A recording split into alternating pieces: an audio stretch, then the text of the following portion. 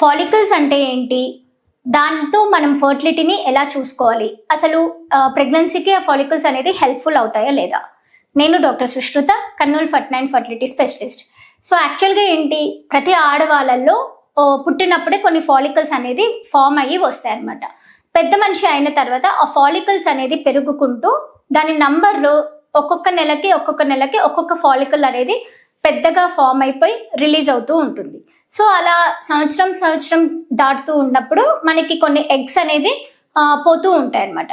So ఈ దాంట్లో ఏంటి, ప్రతి నెల ఒక 2-3 ఫాలికల్స్ పెరిగితే దాంట్లో బేబీనిచ్చే ఫాలికల్ అనేది చాలా ఇంపార్టెంట్. ఆ ఫాలికల్ మనకి స్కాన్ ద్వారా తెలుస్తుంది అది పెరిగిందా లేదా అనేది. సో ఆ నంబర్ మనం దాని ప్రకారంగా చూసుకుంటూ బ్లడ్ టెస్ట్ AMH చెక్ చేసుకొని అసలు ఫాలికల్స్ అనేది ఉన్నాయా, రిజర్వ్ అనేది ఉందా లేదా అనేది మనం తెలుసుకుంటాం. సో ఈ ఫాలికల్లో ఏంటి అంటే ఒక బేబీనిచ్చే ఎగ్ అనేది లోపల ఒకటి ఉంటుంది. ఆ ఎగ్కి మనము స్పర్మ్ని ఇంజెక్ట్ చేశాక IVFలో, లేకపోతే న్యాచురల్గా ప్రెగ్నెన్సీ ఫామ్ అయ్యేటప్పుడు ఎగ్కి పోయి స్పర్మ్ని ఇంజెక్ట్ అయ్యి లోపలికి వెళ్ళి ఒక ఎంబ్రియో లాగా ఫామ్ అవుతుంది.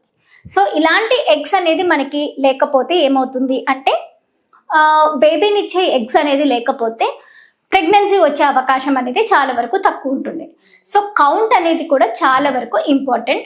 ఆ కౌంట్లో కూడా క్వాలిటీ కూడా చాలా ఇంపార్టెంట్. సో మనకి మామూలుగా న్యాచురల్ ప్రెగ్నెన్సీ, స్పాంటేనియస్గా ప్రెగ్నెన్సీలు రావాలన్నా, న్యాచురల్గా ప్రెగ్నెన్సీ రావాలన్నా, IUI అయినా IVF అయినా ఫాలికల్స్ అనేవి ఎన్ని పెరుగుతున్నాయి, దాంట్లో ఎగ్స్ ఉన్నాయా లేదా అనేది ప్రెగ్నెన్సీ కన్ఫర్మ్ అయినాక మనకి తెలుస్తుంది. అదేంటి, సింగిల్ ప్రెగ్నెన్సీ ఉందా లేదా అనేది తెలుస్తుంది.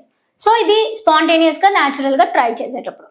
IUIలో ఏంటి, మనం అలానే ఫాలికల్ గ్రో అవుతుందా లేదా చూసుకుంటాం.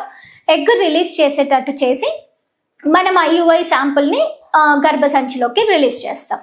దీని తర్వాత IVFలో ఎలా ఉంటుంది అని అంటే, 10 రోజులు ఇంజెక్షన్స్ పెట్టి ఒక్కొక్క ఎగ్ పెరుగుతుందా లేదా చూసుకొని, ఎన్ని ఎగ్స్ పెరిగాయో అవి 18-20 mm వరకు పెరుగుతుందా లేదా చెక్ చేసుకున్న తర్వాత ఒక ట్రిగర్ ఇంజెక్షన్ ఇచ్చి అవన్నీ ఎగ్స్ అన్ని కలెక్ట్ చేసుకుంటాం.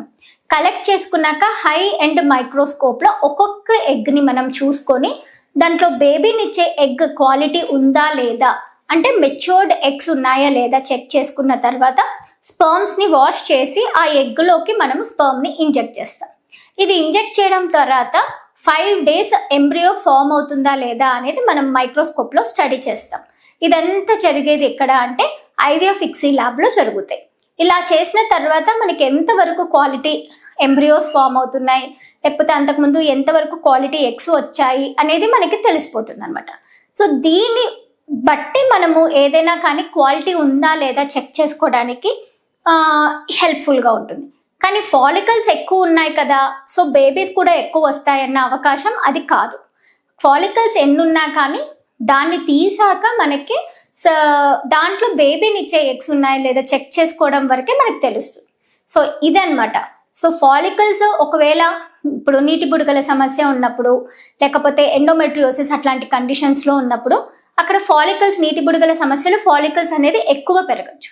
కానీ దాంట్లో క్వాలిటీ ఉన్న ఎగ్స్ అనేది చాలా వరకు తక్కువ ఉండొచ్చు. ఎండోమెట్రియోసిస్ అట్లాంటి కండిషన్స్లో, అంటే మైల్డ్ మినిమల్ ఎండోమెట్రియోసిస్ అట్లా ఉన్నప్పుడు ఫాలికల్ నంబర్ తక్కువ ఉన్న ఒక్కొక్కసారి క్వాలిటీ ఉన్నది వచ్చే ఛాన్సెస్ అనేది ఉంటుందన్నమాట.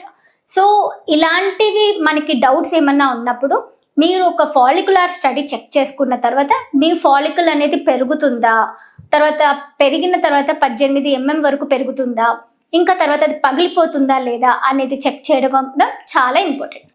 ప్రెగ్నెన్సీ ప్లాన్ చేసుకుంటుంటే ఓవ్యులేషన్ యాప్స్ యూస్ చేస్తున్నారా? సో దీని గురించి మనం విందాం. నేను doctor Sushruta, Kurnool fertility centre fertility specialist. So యాక్చువల్గా ఏంటి, క్యాలిక్యులేటర్స్ యూస్ చేయడం ఓకే, బట్ ఎలా యూస్ చేయాలి అనేది కూడా చాలా వరకు ఇంపార్టెంట్. సో మీకు ఒకవేళ అట్లాంటి ఓవ్యులేషన్ యాప్స్ యూస్ చేస్తే అది పర్టికులర్ టైంలలోనే వైఫ్ అండ్ హస్బెండ్ కలవండి అని చెప్తుంది అన్నమాట. కానీ కొన్ని ఛాన్సెస్లో ఎలా ఉంటుంది అని అంటే, అంటే కొన్ని పీసీఓడి ప్రాబ్లమ్స్ ఉన్నప్పుడు, ప్రోలాక్టిన్ అనే హార్మోన్ ఎక్కువ ఉన్నప్పుడు, థైరాయిడ్ డిసీజెస్ ఉన్నప్పుడు ఆ ఎగ్ అనేది రిలీజ్ అయ్యేది ఒక్కొక్కసారి ముందు రిలీజ్ అవ్వచ్చు, లేదంటే తర్వాత రిలీజ్ అవ్వచ్చు. అలాంటి సిచ్యువేషన్స్లో ఓవులేషన్ అనేది మనకి కరెక్ట్గా జరుగుతుందా లేదా అనేది యాప్ వల్ల తెలిసే అవకాశం చాలా వరకు తక్కువ అవుతుంది. ఇంకా ఇవి బయాస్ లాగానే ఉంటుంది, అంటే కరెక్ట్గా ఫాల్స్ పాజిటివ్స్ లాగా వచ్చే ఛాన్సెస్ కూడా ఉంటుంది అనమాట.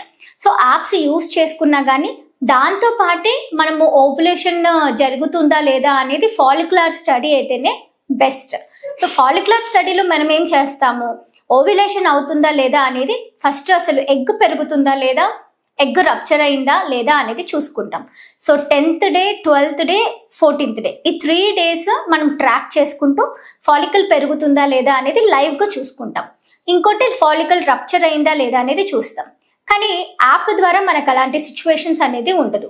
జస్ట్ మనకి ఈ టైమ్ ఆఫ్ పీరియడ్ మనకి పీరియడ్ వస్తుంది, మెన్స్ట్రువల్ సైకిల్ ఇది ఉంటుంది అని మనము టైప్ చేసి చూపిస్తాం. కానీ మనకి పీసీఓడి ఉన్నప్పుడు అసలు ఎగ్ అనేది ఫామ్ అవుతుందా లేదా, రిలీజ్ అవుతుందా లేదా అనేది యాప్ అయితే చూపించే అవకాశం ఉండదు. సో దీనివల్ల ఎంతవరకు మనం నమ్మి ప్రెగ్నెన్సీ వస్తుంది అని మనం చూసుకునే దానికంటే కూడా ఓవ్యులేషన్ ట్రాకింగ్ అనేది, అంటే ఫాలిక్యులర్ స్టడీ ద్వారా ఎగ్ ఫామ్ అవుతుందా, రిలీజ్ అవుతుందా లేదా అనేది ఎక్కువ ఇంపార్టెంట్ అనమాట. థ్యాంక్ యూ అండి.